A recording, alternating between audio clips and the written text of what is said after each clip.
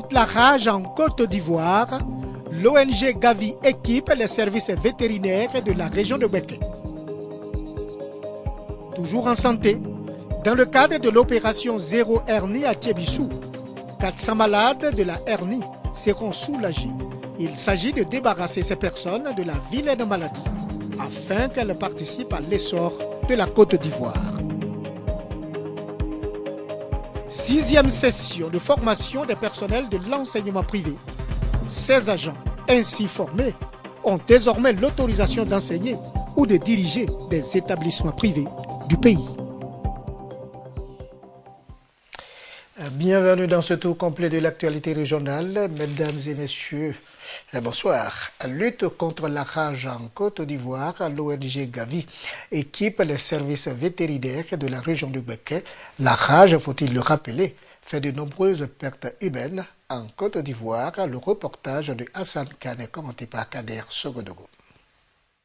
Selon les statistiques de l'Institut national d'hygiène publique, 53 cas de décès de rage humaine ont été enregistrés de 2013 à 2015. Pour le premier trimestre 2016, on note déjà 7 cas de rage. À Bouaké, la lutte contre cette maladie demeure une préoccupation. Bouaké, Dieu te le sait, il y a beaucoup de chiens, je dis errants, qui mordent les gens. Et malheureusement, quand les gens viennent, s'ils ont pu attraper le chien, on est obligé de les laisser partir parce qu'on n'a pas de bosse pour les continuer. Les services vétérinaires de la région de Bouaké viennent de bénéficier d'équipements dans le cadre du projet Gavi, projet qui vise à l'élimination de la rage en Côte d'Ivoire. Équipement composé d'un chenil pour la mise en observation des chiens mordeurs et de 3 motos pour accroître la mobilité des agents chargés des activités de surveillance de la rage, dont réceptionné par le sous-préfet central de Bouaké et la direction régionale des ressources animales et halieutiques de Bouaké. Pour les donateurs, cette maladie doit être prise au sérieux. Malheureusement, cette maladie continue donc d'évoluer à bas bruit en Côte d'Ivoire parce que toutes les personnes mordues par les chiens ne vont pas directement vers les services de santé. Le chenil de 3 box se situe dans les locaux de la direction régionale des ressources animales et halieutiques. Cela en vue de rechercher des signes de la rage, parmi lesquels il faut noter la mort de l'animal. Étant donné la preuve scientifique établit que l'animal enragé ne peut pas vivre au-delà de ses 14 jours. Faut-il le souligner, en Afrique, le chien est le principal réservoir et vecteur de la rage. Toujours dans le domaine de la santé, dans le cadre de l'opération Zéro Hernie à Thiébissou, 400 malades de la hernie seront soulagés grâce à une âme de bonne volonté. Il s'agit de débarrasser ces personnes de la vilaine maladie afin qu'elles participent à l'essor de la Côte d'Ivoire. 200 personnes malades de la hernie ont été opérées à l'hôpital général de Thiébissou. Cette opération de cure hernière et de soins gratuits au profit des populations de cette localité est l'œuvre du premier adjoint au maire et secrétaire départemental du RDR de Thiébissou, Ousmane Bamba.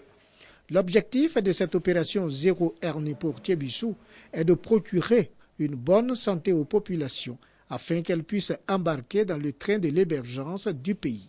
Ce sont 15 millions qui ont été déboursés pour la première phase de cette opération humanitaire. Actuellement, pas d'émergence économique.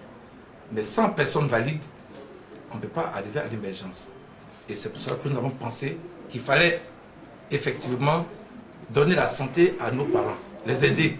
Et grâce à une plateau économique, pour qu'on puisse faire la première tranche. Nous pensions opérer 200 malades pour revenir pour encore 200 autres malades pour opérer gratuitement afin que tous ces parents puissent avoir la santé et travailler correctement.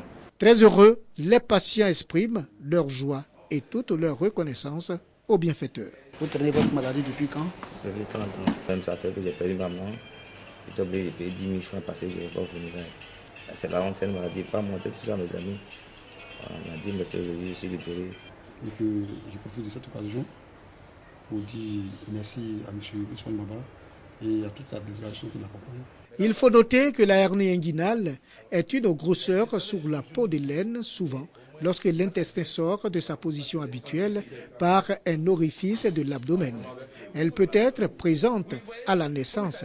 Elle peut aussi se développer chez l'adulte, notamment chez les hommes, suite à des efforts répétés ou à certaines affections. Forte mobilisation à Boisflé des Yorrais, c'était à l'occasion de l'investiture de la Fédération des mutuelles de développement de Yorrais. L'union faisant la force, les Yorrais veulent se mettre ensemble pour impulser une dynamique de développement à leur région, la Maraoué. Le Youlé, groupe ethnique de la région de la Maraoué. Selon l'histoire, ce groupe trouve son origine à Sakassou, au cœur du royaume Walebo. Aujourd'hui, les Youlé comptent 33 villages.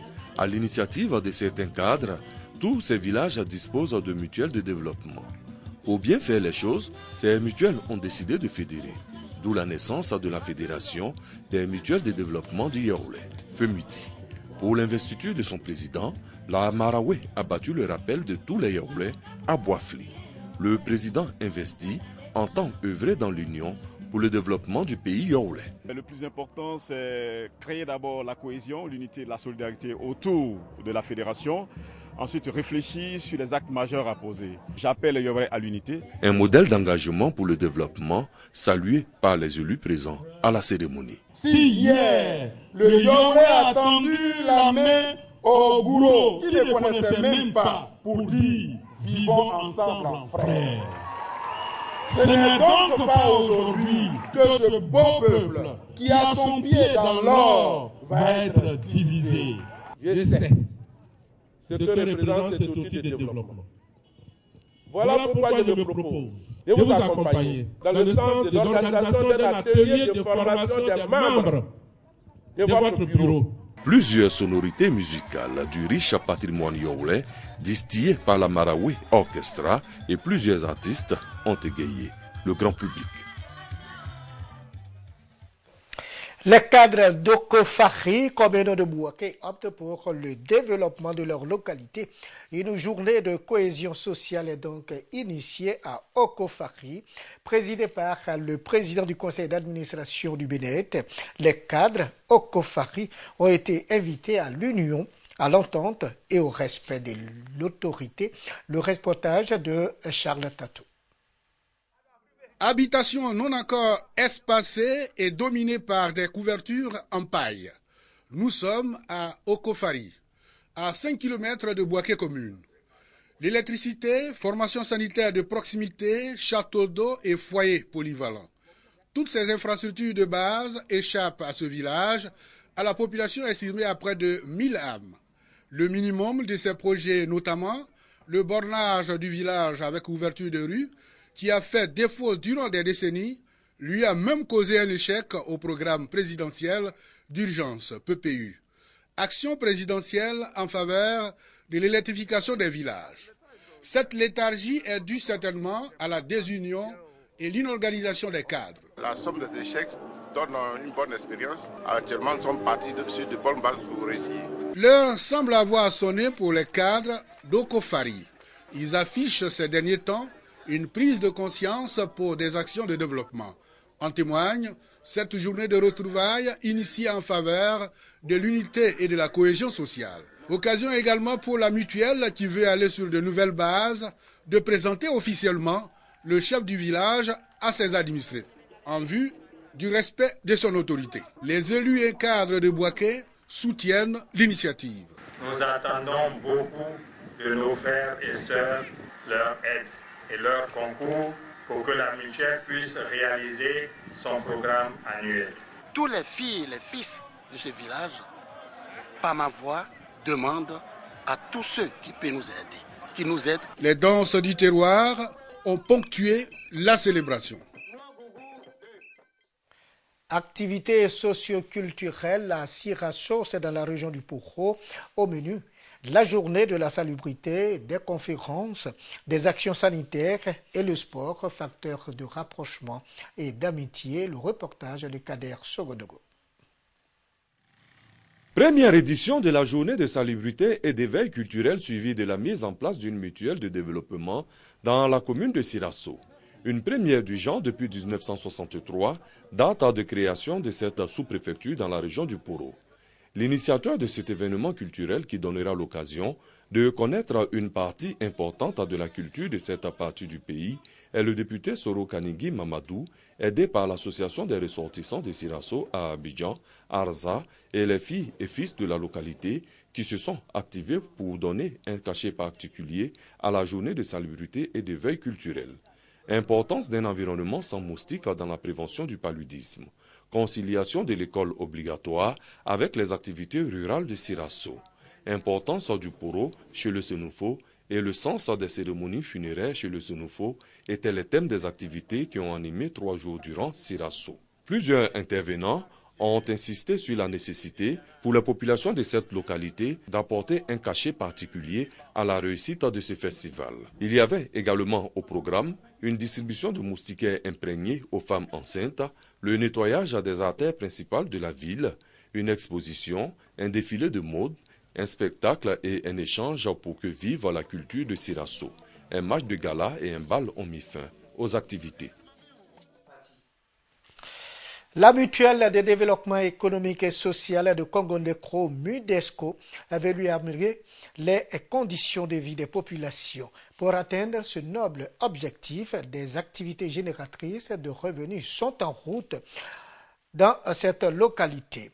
L'annonce a été faite lors du lancement des activités de vacances 2016 à Congo-Ndekro. Guédeba Ouattara, Charles Tato pour le commentaire. Congo-Ndekro, localité située à 3 km de la ville de Bouaké. Les cadres ne manquent pas d'initiatives quant à la lutte contre la pauvreté. Pour permettre l'autonomisation des jeunes et des femmes, la mutuelle de développement s'engage dans la création des projets générateurs de revenus, notamment des activités agro-pastorales et les cultures maraîchères au profit des désœuvrés du village. Cet engagement a été pris à l'occasion du lancement des activités de vacances 2016. Lancement qui a réuni toutes les filles et fils de la tribu Asenzé, composée de 12 villages. Réhabiliter l'école de Congo-Ndekro et surtout de fournir en équipement matériel médical le centre de santé. Et il y a même une microfinance qui a décidé de nous accompagner dans l'accompagnement des projets agricoles pour la jeunesse de Congo-Ndekro. Nous sommes en train d'élaborer une école de football. Et donc nous sommes encore à une phase expérimentale et nous croyons que certaines structures vont nous accompagner dans ce projet. Le président de la mutuelle de développement a mis à profit la cérémonie du lancement des activités de vacances pour rappeler les dernières actions menées par les cadres. Entre autres, la réhabilitation du foyer des jeunes et des points d'eau du village. Parlons éducation à présent, 6e session de formation des personnels de l'enseignement privé de Côte d'Ivoire. Ces personnels de l'éducation nationale ainsi formés ont désormais l'autorisation d'enseigner ou de diriger des établissements privés de notre pays.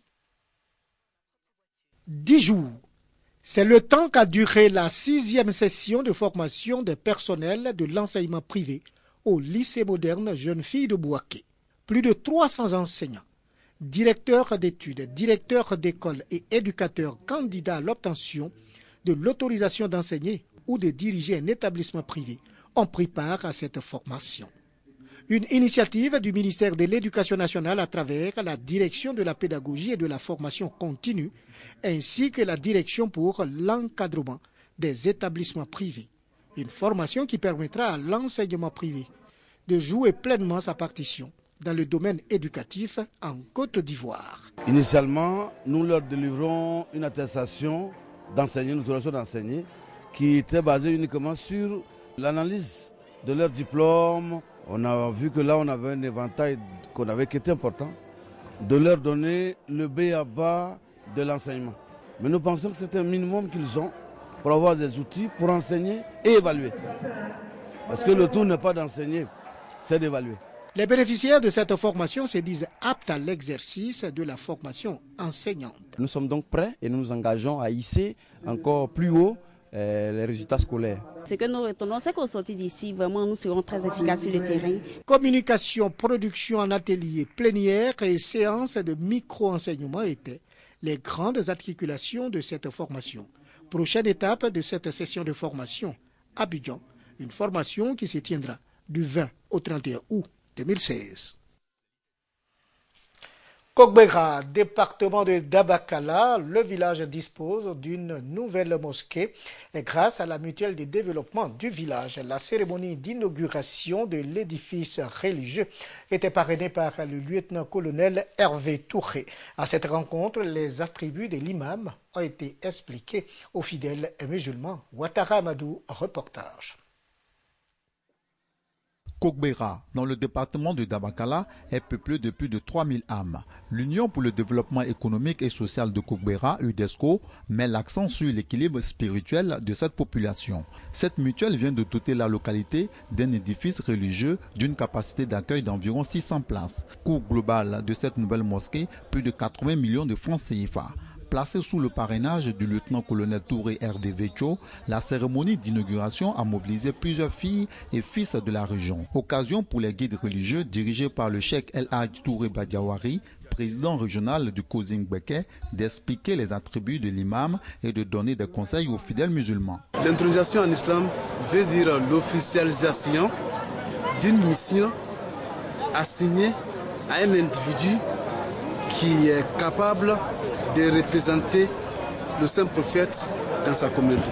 Ça se résume en 3 points. Dans un premier temps, le turban, c'est un signe de sagesse, de piété, de responsabilité. La canne, un signe de la droiture avec tes semblables. Être droit avec ton créateur. Être droit avec la nature. Qui sera achevé, couronné par la remise du Saint-Coran, qui est même le socle de la vie humaine. Marié et père de 12 enfants, avec une vingtaine d'années de formation coranique, Souleymane Ouattara est l'imam de cette nouvelle mosquée de Kogbera. Son intronisation et la prière de vendredi ont marqué l'inauguration de la mosquée. C'est la fin de cette édition. Merci de nous avoir suivis et à très bientôt.